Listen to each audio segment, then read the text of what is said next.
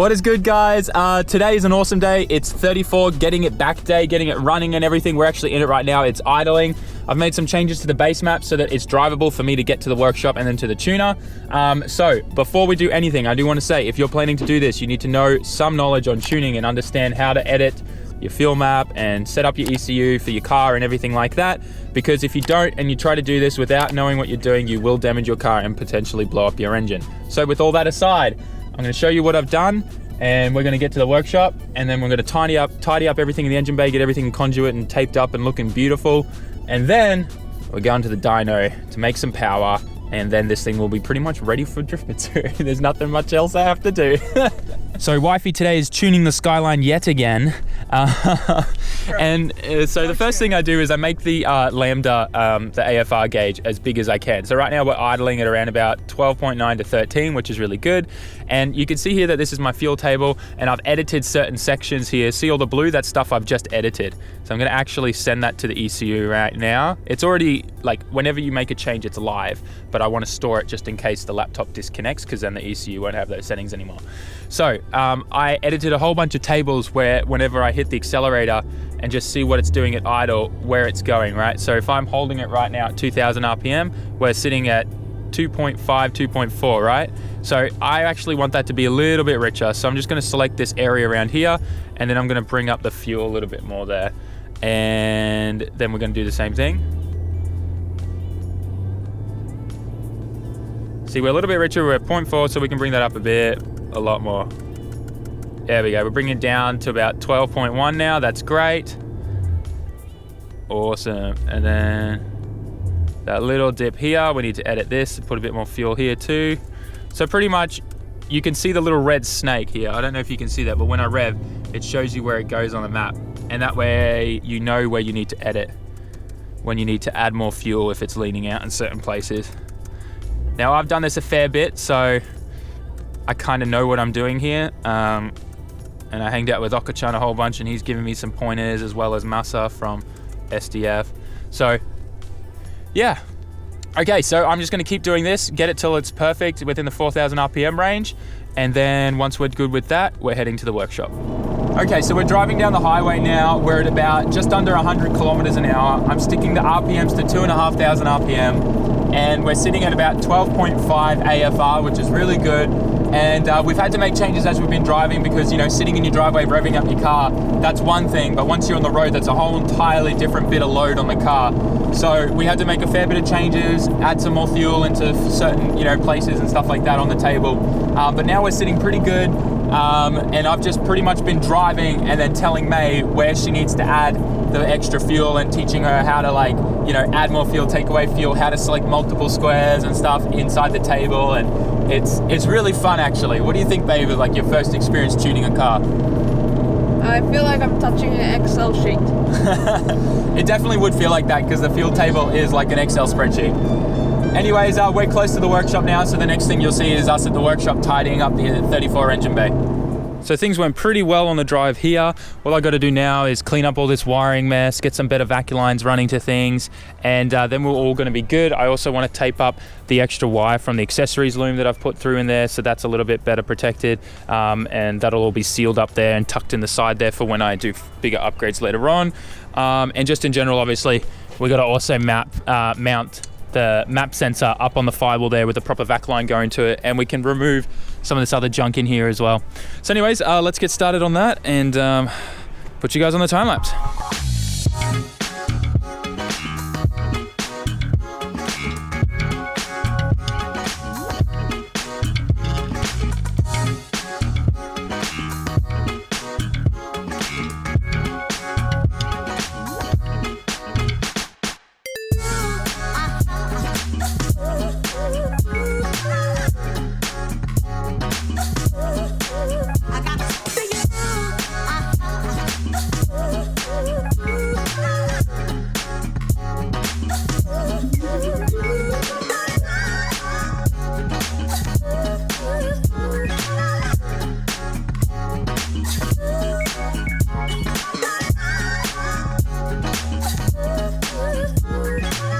All right, so we got all the wiring all tidied up there. I've got the car on the hoist now. I'm gonna do oil change and filter, And then at the same time, we are going to be putting on, well, attempting to see if this exhaust will fit in the first place.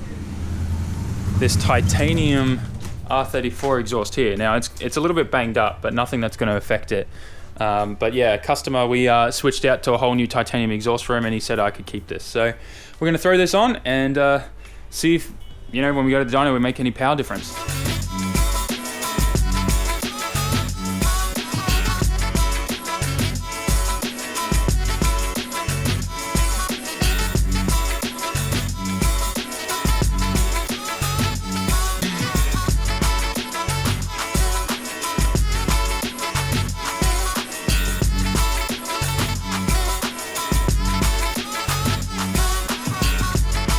Okay, so the titanium exhaust kind of fits and doesn't, but we're gonna make it fit. That's the best thing about it. Now, ignore this dent here. It's not gonna affect the flow of the exhaust whatsoever. It's nice and big down in there. But this actually came off a 33 GTR, but that was then fitted to a customer's 34 GTR. He like banged in a dent here for the diff and everything, so it'd all fit. And it does fit my 34. The only thing is here. So we took out the cat, and we're going to be putting in a high flow cat. We're gonna weld that in. Sammy's gonna do that after lunch. I'm gonna go and get lunch now with the missus, get a meat pie because I'm craving. But what else I'm gonna do while we're waiting for Sam to be able to weld that up so I can get to the dyno is I'm gonna do my oil change and filter change, but I'm gonna eat first. So that's what's gonna happen after lunch.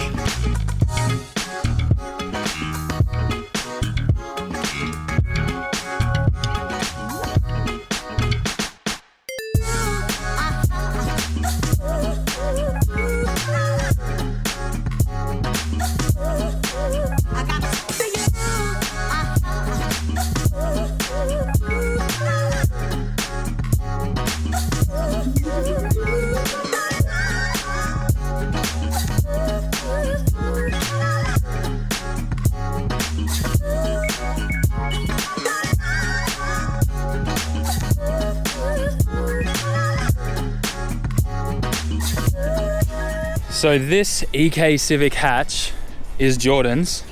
We built this for him a while ago at Ataka Garage, and we're gonna do its own video, kind of review video. But this thing is an absolute grip weapon. Running a Helltech, fully caged, bucket seats, genuine brides. We brought those all over from Japan for him. We're gonna go for a quick spin in it now, and he's gonna show me just how quick it is.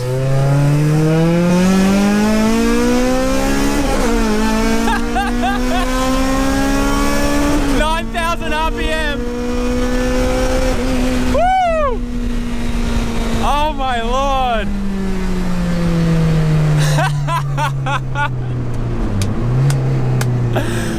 And that is why I want a Civic. That is why.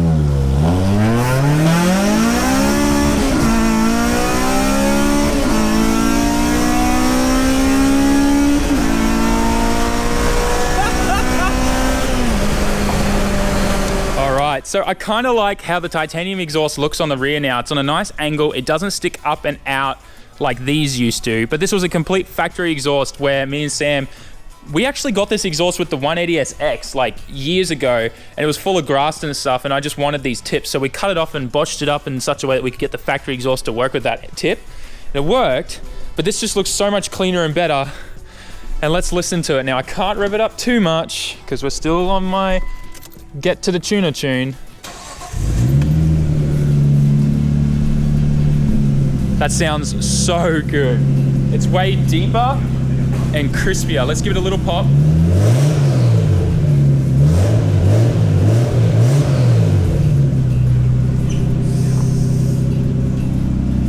Definitely sounds better. I think it sounds like a real Skyline now. Okay, so we're on our way right now to the tuners, and I'm so excited. The car feels great. Obviously my tune is just enough for me to get there, so I'm not going to the boost or anything like that once again. But I'm just super excited because I'm really pumped to drive this thing and actually like what I'm driving my 33.4 in Japan. I'm pumped to start driving this like that and just feel the difference between the chassis of the 34 and the 33. I know the 34 is heavier, so I'm intrigued to see what it's gonna be like. Anyways, I'm gonna focus on driving. Once we get there, we'll pull the camera out again. Okay, so we're now at Tune Performance, which is an awesome workshop that Darren runs. He's gonna be dyno tuning the car for me today. It's gonna be awesome.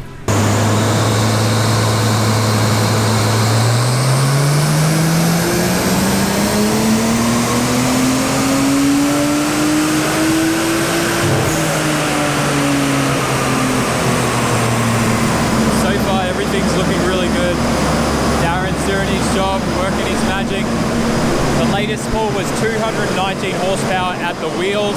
Now that's not a big figure, definitely nowhere near what my R33.4 in Japan made, but that is expected because this is a relatively factory R34 GTT.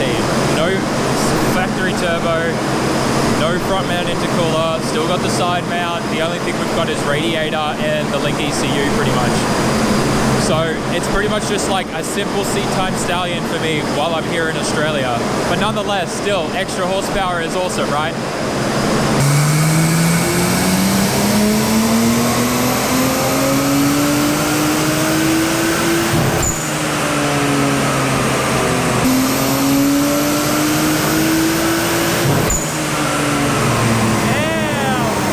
Okay, so it's actually the next day now, and yesterday when the dyno finished and everything, it was actually dark and I didn't have time to take the car out for a test drive and everything like that and show you guys like the difference it is and how the car feels and whatnot. So I'm gonna do that now, but I just wanna say like the car feels exactly what it was before I moved to Japan. So when the tune was fine and I didn't have any issues with the power FC and everything, I made 248 wheel horsepower.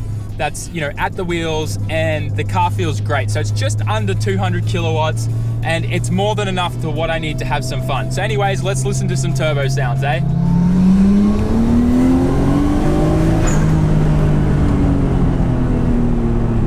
I love the sound of the exhaust as well.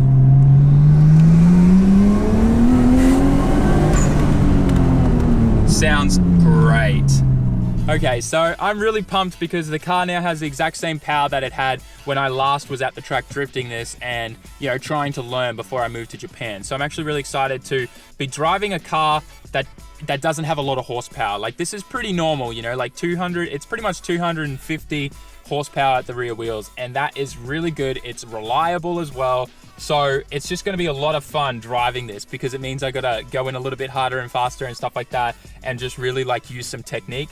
The way that the chair sits in here, it's not ideal, but I'm gonna have to just put up with it. We're gonna change the wheel probably to one of those Momo ones, the Momo factory ones for the 34. We're gonna put one of those on. And the seating position, I'm gonna see if I can work out some way to lower this seat a bit, or maybe see if I can find a GTR seat or something we may have in the workshop to put in. But for now, I'm happy where it's at. It's definitely gonna be like my simple seat time stallion once again here in Australia. So I'm just looking forward to getting out there and sliding the old girl again, I guess, except this time with a lot more experience and technique and things that I've learned in Japan. So that's what I'm most excited about. I just can't wait for third gear entries into Dipper and stuff like that. Anyways, enough talking, guys. I really hope you like this vlog. I hope you're loving the daily uploads. Tell me in the comment section what you think about all of this. And by the way, guys, if you do want to stop by Aoba-Ku Garage during the day and stuff and just meet me and say hello, totally open to that. You know, you can come and grab like an accessories pack, grab some stickers, a hat, or even maybe like the Subway hand rings and all that kind of stuff, like this one here. This one here. But anyways, I'm talking too much again. Thanks heaps for watching. I'll catch you on the next video, guys. Ja mata.